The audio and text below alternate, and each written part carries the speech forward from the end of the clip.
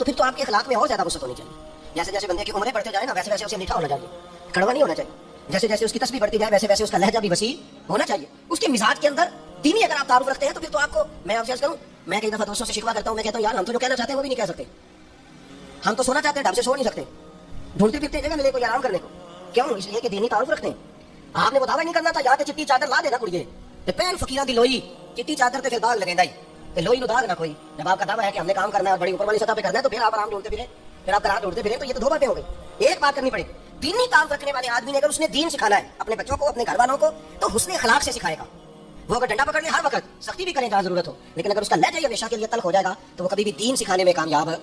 انسان بہت ساری دینی غلطیاں کرتے ہیں. میں بہت سارے لوگوں کو دیکھتا ہوں وہ اس طرح تنقید کر رہے ہوتے ہیں جیسے انہوں نے پہلے سے پورا درس نظامی پڑھایا ہے, اصول پڑھائے ہیں, تو اب غلطی کر رہے ہیں تو تنقید کر رہے ہیں. بھائی عام آدمی ہے, اس سے غلطی ہوگی.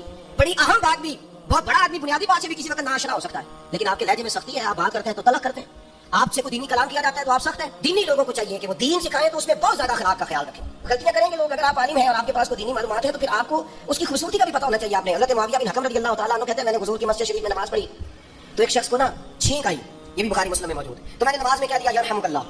یہ چھینک آنے کا جواب ہوتا ہے, میں نے یہ نماز میں کہہ دیا. تب بہت سارے لوگ مجھے گھورنے لگ گئے, کچھ نے اپنے ہاتھ بھی مارے زانوں پر کہ یہ کیا کر رہے ہیں, نماز میں بول رہے ہو. فرماتے ہیں نماز مکمل ہوئی, یہ لفظ ہے حضرت معاویہ بن حکم رضی اللہ تعالیٰ عنہ کے, فرمانے لگے قسم اللہ کی میں نے حضور سے بہتر سمجھانے والا نہ پہلے کبھی دیکھا ہے نہ بعد میں کبھی دیکھا. فرماتے ہیں نہ حضور نے مجھے مارا نہ ڈانٹا, بلکہ جس طرح ایک بچے کو گویا ٹریٹ کیا جاتا ہے, سمجھایا جاتا ہے. حضور فرمانے لگے اللہ کے بندے نماز میں کوئی اور بات نہیں کرنی چاہیے, صرف اللہ کی تسبیح پڑھنی چاہیے, اس کے اسماء کا ذکر کرنا چاہیے یا قرآن پاک پڑھنا چاہیے. نماز میں کوئی اور کلام کرنے کی اجازت نہیں ہے. ہمارے یہاں لوگ دینی مسئلہ سمجھاتے ہیں تو اتنا ان کے مزاج میں تلخی ہوتی ہے بعض اوقات, اللہ ماشاء اللہ. کچھ لوگوں کی طبیعت اتنی کرخت ہوتی ہے, بچہ نماز پڑھ رہا ہے اور حاجی صاحب اس کے ساتھ کھڑے نماز پڑھ رہے ہیں, لیکن وہ اس کو کھڑا کر رہے ہیں تو یوں کندھے سے لا کے تمہیں آج تک نہیں پتا نماز ہے یا دین سکھا رہے ہیں. یہ اخلاقی رویہ دین سکھانے کا, یہ لب لہجہ دین سکھانے کا, قطعاً ایسا کوئی کام نہ کریں. میں تو یہ مدارس کے اساتذہ سے بھی کہتا رہتا ہوں, میں کہتا ہوں نبی پاک نے کبھی کسی کو نہیں مارا. آپ بچوں کو ڈانٹیں کریں کچھ, لیکن وہ رویہ آپ اختیار نہ کریں جس کی دین اجازت نہیں دیتا. تو اخلاقیات میں ان چیزوں کا ضرور خیال کریں. ایک روایت اور عرض کر دوں آپ کو. حضرت جابر بن عبداللہ رضی اللہ تعالیٰ عنہ فرماتے ہیں میرے والد احد میں شہید ہو گئے تھے, میرے ذمہ بہنوں کا بوجھ بھی تھا اور قرضہ بھی تھا. اللہ کے محبوب علیہ السلام نے مختلف طریقوں سے مختلف انداز میں میرے اوپر کرم نوازیاں فرمائی. نوازنے کا طریقہ, آپ نہ کسی کو نوازیں بہانے بہانے سے. میں نے بعض بزرگوں کو دیکھا ہے کسی بچے کو ادارے میں خانقاہ میں کمزور دیکھتے, اس ریلا بھی نہیں ہو سکتا, چل پتر نہ سنا, وہ نہ سنا ہے تو اسے نذرانہ دے رہے ہیں, چل بیٹے تلاوت سیکھ, سنا چل تقریر سنا, کسی بھی طریقے سے اس کو تسلی ہو رہی, اور اس طرح کا رویہ نہ اپنایا جائے کہ وہ مانگنے والا بن جائے. یہ اخلاقی بلندی ہوتی ہے آپ کی کہ آپ کسی شخص کو بہانوں سے نوازیں. اس طرح کا ماحول نہ بنائیں کہ آپ اسے کہیں کہ تو کمزور ہے, غریب ہے, فقیر ہے, لیا تجھے دے رہا ہوں. حضرت جابر بن عبداللہ فرماتے ہیں, یہ بھی آپ کو مسلم شریف میں ملے گا, فرماتے ہیں کہ جنگ میں حضور کے ساتھ تھا, میرا اونٹ بڑا کمزور ہو گیا, بیمار ہو گیا, چل نہیں رہا تھا. حضور میرے قریب آئے اور پیچھے آ کے فرمانے لگے اسے بھگاتا کیوں نہیں. میں نے کہا حضور بیمار ہے کیسے بھگاؤں. تو نبی پاک نے نا اونٹ کو ایک درہ لگایا اور گویا پیغمبر اعظم نے حکم دیا, نبی رحمت نے, نبی اکرم نے حکم دیا, فرمایا اونٹ بھاگتا کیوں نہیں. وہ جو سب سے پیچھے تھا وہ سب سے آگے نکل گیا. واہ کیا جود و کرم ہے شہ بتہا تیرا, اور نہیں سنتا ہی نہیں مانگنے والا تیرا. سرکار نے حکم دیا, وہ سب سے آگے نکل گیا. اب حضور گھوڑا دوڑا کے آگے آئے, فرمانے لگے جابر یہ اونٹ میرے ہاتھ بیچ نہیں دیتا. وہ بیمار تھا, حضور کے حکم سے بھاگا ہے, فرمایا بیچ نہیں دیتا. کہ نہیں یا رسول اللہ پیسے رکھ لیں. فرمایا نہیں میں پیسے دوں گا. یا رسول اللہ آپ کا یہ, فرمایا نہیں آپ قیمت بتائیں. حضور ٹھیک ہے اتنے کا اونٹ ہے, میں مدینہ طیبہ جا کے آپ کی خدمت میں پیش کر دوں گا. حضرت جابر بن عبداللہ فرماتے ہیں حضور نے مجھ سے اونٹ خریدا. مدینہ طیبہ پہنچ کر نبی پاک صلی اللہ تعالی علیہ وسلم نے سیدنا بلال حبشی سے فرمایا جابر کو اونٹ کی قیمت بھی دے دو اور کچھ پیسے زیادہ بھی دے دو. فرماتے ہیں مجھے اونٹ کی قیمت بھی مل گئی, کچھ پیسے زیادہ بھی مل گئے, اور جب میں حضور کی بارگاہ میں حاضر ہوا اونٹ پیش کر کے اور قیمت لے کے جانے لگا تو حضور فرمانے لگے جابر جانا نہیں, قیمت بھی تیری ہے, اونٹ بھی تیرا ہے. نبی پاک نے وہ اونٹ بھی تحفے میں مجھے واپس دے دیا. یہ اخلاقی رویے کی بلندی کہ کسی شخص کی غربت میں اسے نوازنا, لیکن اس طرح کا نوازنا اسے محسوس نہ ہو کہ مجھے امداد دی جا رہی ہے. تو اپنے ان چند ایک اخلاقی رویوں پر ضرور توجہ کریں. ایک تو سب سے جس کو آپ دیکھیں کمزور ہو گیا ہے, گر رہا ہے, پریشان ہے, اس کا ضرور خیال کریں. لوگ بڑے بڑے تیز دوڑتے ہیں, کسی جگہ پہ گر بھی جاتے ہیں, گرتے ہوئے کو سنبھالنے کی کوشش کریں. دوسری گزارش یہ کی ہے میرے عزیز, جو ہمارے قریبی لوگ ہیں انہیں کو ہم نے معاف کرنا ہے. اپنوں کو ہی تو ضرورت ہوتی ہے کہ درگزر کر کے اپنے ساتھ رکھا جائے, پیار کر کے اپنے قریب کیا جائے. اور تیسری گزارش یہ ہے کہ اگر آپ کسی کو دینی پیغام دینا چاہتے ہیں تو نہایت محبت کے ساتھ, نہایت خلوص کے ساتھ دینی مسئلہ آپ کسی کو بھی بتائیں تو اسے چھوٹا بچہ سمجھ کر آپ ڈیل کریں. شدت نہ اختیار کریں دین بتانے میں, وہ لہجہ اختیار نہ کریں جس لہجے میں محسوس ہو کہ آپ خود بااخلاق نہیں ہے تو آپ کسی کو کیا سمجھائیں گے. اور چوتھی گزارش یہ کی ہے جب کسی کی مدد کریں اسے رسوا کر کے نہیں, کسی کی پھیلی جھولی دیکھ کر خوش ہو کے نہیں, بلکہ آپ اعزاز بھی اس شخص کو عطا کریں اور رویہ اس طرح کا اختیار کریں جس میں محسوس ہو کہ اس کی عزت نفس مجروح نہیں ہوئی. ان چیزوں کو پیش نظر رکھ کے جب اخلاقی بلندی ہم حاصل کریں گے نا. ایک میں اور بات بڑی ضروری آپ کی خدمت میں عرض کروں, جو آدمی بھی اپنے آپ کو بڑا سمجھتا ہے, وہ مالی طور پہ بڑا ہے, علمی طور پر بڑا ہے, عہدے کے طور پہ بڑا ہے, قبیلے کے طور پہ بڑا ہے, خاندان میں بڑا ہے, وہ کسی بھی مقام پر کسی بھی انداز میں بڑا ہے, اللہ نے فضل کیا وہ بڑا ہو گیا, اسے سمجھ آ گئی ہے کہ کچھ لوگ میری بات سنتے ہیں, میرا فیصلہ مانتے ہیں, تو وہ اچھی طرح سمجھ لے کہ اگر وہ اللہ کے فضل سے اسے کوئی موقع مل گیا بڑا ہونے کا تو وہ اپنے اخلاق کو بڑا کرے, پھر اپنے کردار کو بڑا کرے, پھر اپنے حوصلے کو, ضرف کو اور اپنے ذہن کو بڑا کریں، اس لیے کہ آپ اپنے کردار کی اور حوصلے کی بنیاد پر بڑے بنیں گے. صرف یہ کہ 2-3 آپ کے نام کے ساتھ القابات لگ جائیں اور 4 لوگ آپ کو سلوٹ کرنے لگ جائیں، اس سے نہیں پتہ چلے گا کہ آپ بڑے ہیں. کردار و عمل سے خوشبو آئے گی تو پتہ چلے گا آپ کتنے بڑے ہیں. اللہ تعالیٰ ہمیں سمجھنے کی توفیق عطا فرمائے.